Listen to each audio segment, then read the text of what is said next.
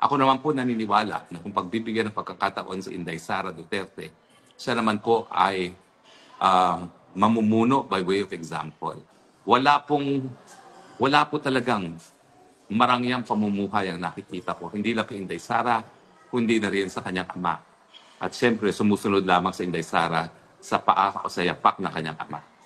Palagi ko na pong kinukwento sa inyo na ako'y nagulat na nung nakita ko ang bahay ni Tatay Digong sa Davao, yung green bahay na ang tawag ko ay Bahay Kalapate, hindi ko maisip na nakatira ron ay isang dating presidente.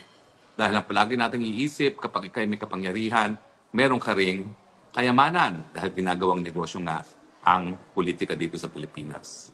Pero mabuting balita, meron naman pong mga tao gaya ng mga Duterte na hindi po kinakailangan inegosyo ang gobyerno. Nananilbihan ng tapat at kaya nga po ngayon malungkot tayo dahil nananatili po nakakulong ang Tatay Digong dyan sa Bahig.